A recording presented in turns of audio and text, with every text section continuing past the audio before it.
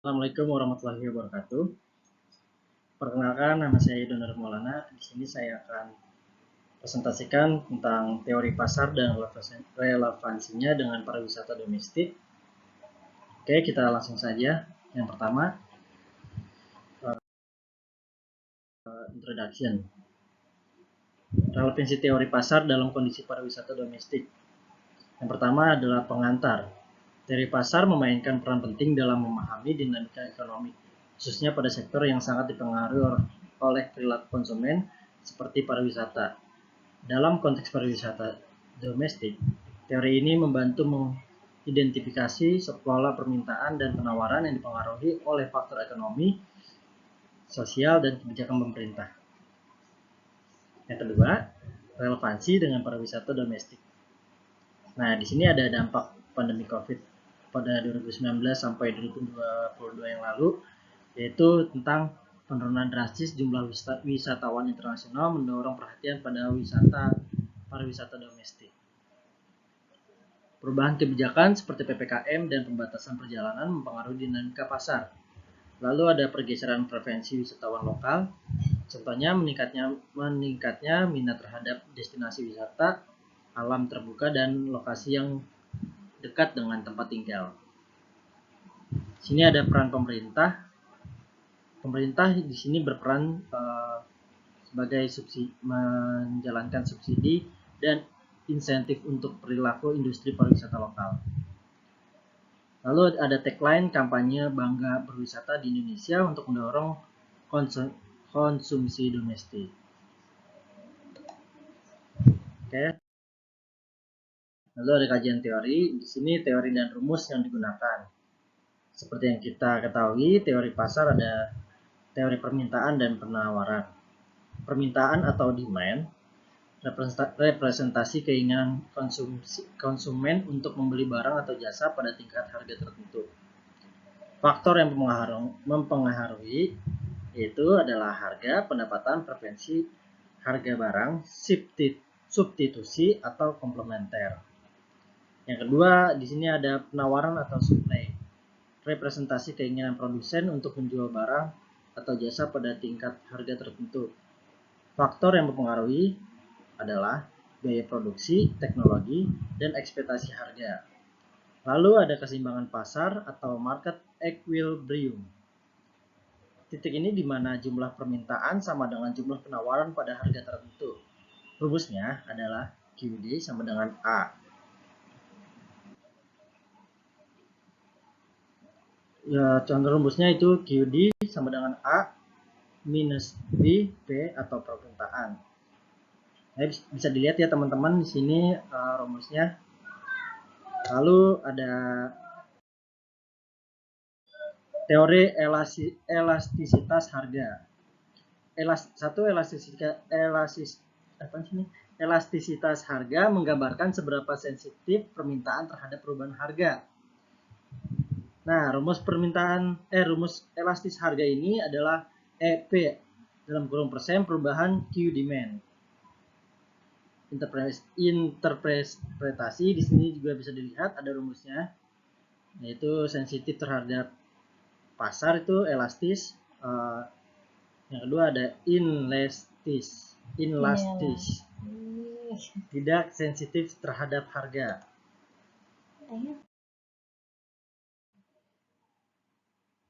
Teori pasar monopoli dan persaingan sempurna. Tahu kan apa itu monopoli? Nah, jadi monopoli itu pasar yang dikuasai oleh satu penyedia memungkinkan penentu harga lebih tinggi. Contoh, destinasi wisata eksklusif. Lalu persaingan sempurna, banyak penyedia dengan produk homogen, sulit mengendalikan harga. Contohnya homestay dan penginapan lokal. Jadi di tempat-tempat wisata seperti pantai-pantai itu banyak yang menawarkan homestay, dia juga bersaing dengan sempurna. Nah, di sini kita masuk ke studi kasus. Keterkaitan teori dengan kasus pada industri pariwisata domestik. Kasusnya adalah penurunan permintaan wisata pantai Bali akibat pandemi. Jadi waktu pandemi kemarin, wisata di Bali itu menurun ya karena ada peraturan pemerintah yang mengakibatkan penurunan permintaan wisata. Di sini adalah latar belakangnya.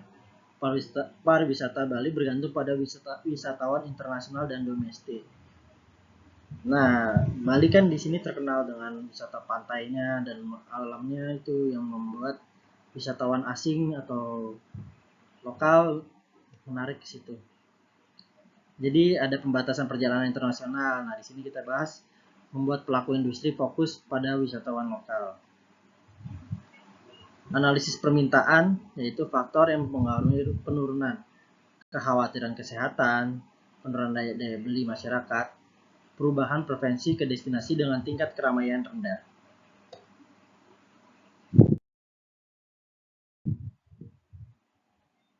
Lalu ada analisis penawarannya, strategi dan pelaku industri.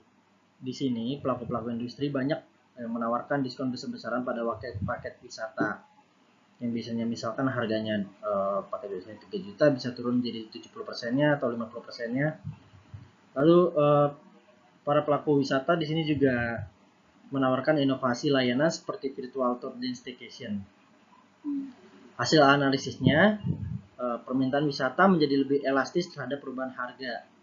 Jadi sedikit membantu ya teman-teman. Penurunan harga membantu meningkatkan jumlah kunjungan meskipun dengan margin keuntungan lebih rendah. Daripada enggak, mendingan untung sedikit kan daripada rugi. Oke, di sini kita masuk ke kesimpulan. Jadi teori pasar memberikan alat analisis yang efektif untuk memahami dinamika sektor pariwisata domestik.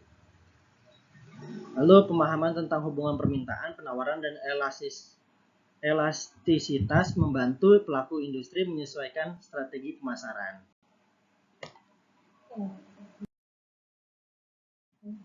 Nah, kebermanfaatan teorinya ini menyediakan kerangka kerja untuk menghadapi tantangan ekonomi seperti penurunan permintaan. Sewaktu-waktu ada penurunan permintaan, jadi para pelaku usaha wisata bisa menggunakan teori ini, teori permintaan dan penawarannya, dan elastisitas. Dan juga membantu pemerintah merancang kebijakan yang mendukung pemulihan ekonomi, mendukung inovasi layanan yang sesuai dengan preferensi pasar. Nah, di sini ada penutupnya di materi ini. Dengan memanfaatkan teori pasar, industri pariwisata dapat lebih adaptif terhadap perubahan lingkungan ekonomi. Hal ini pada akhirnya berkontribusi pada pemulihan ekonomi nasional secara keseluruhan. Nah, kita masuk ke teori perencanaan pariwisata dan relevansinya dengan pariwisata domestik.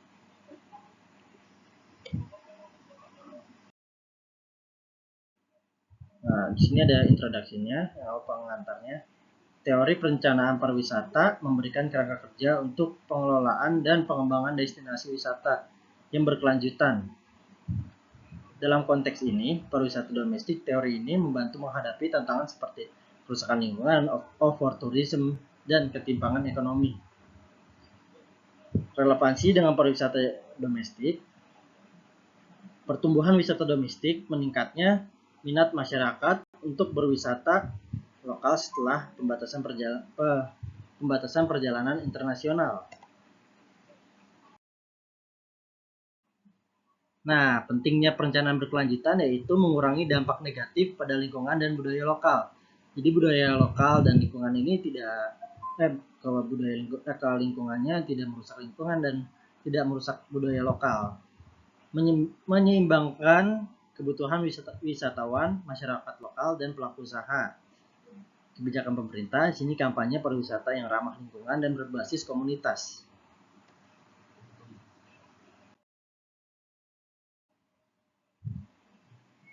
Di sini ada kajian teorinya, teori perencanaan pariwisata, model Butler. Di sini ada model Butler yang pertama, tahapan siklus hidup destinasi. Tahapan perkembangan destinasi wisata, yaitu meliputi dengan eksplorasi, involusi, pengembangan konsolidasi, stagnasi, penurunan atau pembaruan. Berguna untuk mengidentifikasi posisi destinasi dan langkah pengelolaan yang tepat.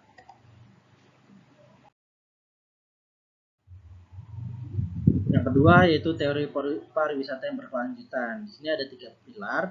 Yang pertama, keberlanjutan ekonomi, keberlanjutan lingkungan, dan keberlanjutan sosial budaya. Rumus yang bisa kita masukkan dalam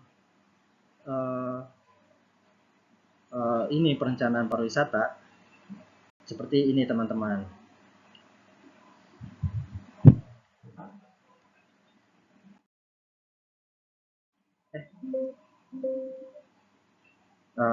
Lalu ada analisis SWOT dalam perencanaan pariwisata, yaitu ada strength-nya juga atau kekuatan, weakness kelemahan, opportunities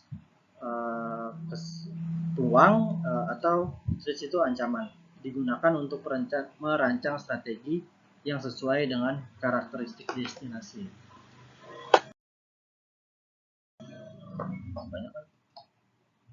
Carrying capacity atau daya tampung, kapasitas maksimum destinasi untuk mendukung aktivitas wisata tanpa merusak lingkungan dan budaya lokal.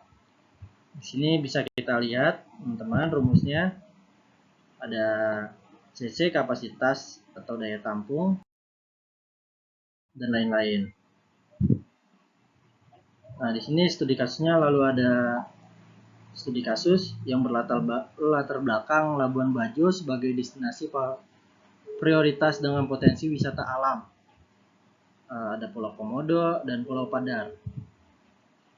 Ini Pulau Komodo dan Pulau Padar menjadi tantangan nih, yaitu overtourism. Yang terjadi apa? Yaitu kerusakan lingkungan dan ketimpangan pendapatan masyarakat lokal. Jadi ada yang di atas. Oke, kita lanjut lagi nih tantangan overtourismnya. Jadi seperti yang kita ketahui, Pulau Komodo itu menarik wisatawan lokal dan wisatawan internasional. Itu menjadi ancaman juga atau tantangan menjadi overtourism, kerusakan lingkungan dan ketimpangan pendapatan masyarakat lokal. Analisis dengan teori perencanaan pariwisata model Butler. Tahapan perkembangan Labuan Bajo memasuki fase pengembangan konsolidasi. Jadi Labuan Bajo ini sedang dipikirkan nih fase pengembangan konsolidasinya. Carrying capacity atau penentuan batas maksimal wisatawan per hari untuk mencegah kerusakan ekosistem laut. Pariwisata berkelanjutannya itu program pelatihan masyarakat lokal untuk menjadi pemandu wisata. Jadi warga-warga lokal ini bekerjanya sebagai pemandu-pemandu wisata di situ. Jadi penerapan tiket masuk berbasis konservasi. Jadi agak lebih mahal ya untuk menyeleksi. Lalu di sini ada analisis SWOT analisis. Slide-nya ini atau kekuatan di Labuan Bajo itu ada keindahan alam dan keunikan fauna. Labuan Bajo ini memiliki kekuatan keindahan alamnya itu di laut-lautnya bisa melihat ada bukit-bukit, ada lautan, apalagi kalau sore tuh di situ juga kan ada kapal-kapal yang bersandar dan kayak hotel gitu. Nah, keunikan faunanya ini yaitu komodonya ini udah diresmiin sama UNESCO sebagai warisan dunia yang ada di Indonesia. Kita bangga sebagai orang Indonesia. Weakness-nya yaitu infrastruktur yang terbatas. Jadi bisa terbilang terbatas ya untuk saat ini. Mungkin pemerintah atau pihak-pihak terkait sedang membangun infrastruktur agar memudahkan wisatawan lokal atau asing agar berkunjung ke Pulau Komodo. Opportunities-nya itu peningkatan aksesibilitas melalui pembangunan bandara. Lalu ada ancamannya itu kerusakan lingkungan akibat pembangunan besar-besaran. Jadi dengan kekuatan dan sampai ke opportunity peningkatan aksesibilitas melalui pengembangan bandara ini menjadi ancaman juga. Lingkungan menjadi bisa terganggu lah dibilang.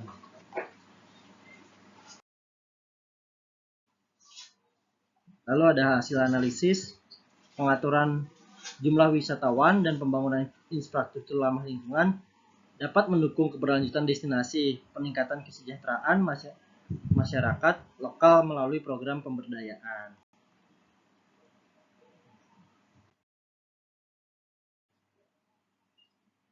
Kita masuk ke kesimpulan. Teori perencanaan pariwisata membantu menciptakan keseimbangan antara pertumbuhan ekonomi, pelestarian lingkungan, dan kesejahteraan sosial. Pemahaman teori ini mendorong pengelolaan destinasi yang adaptif dan berkelanjutan.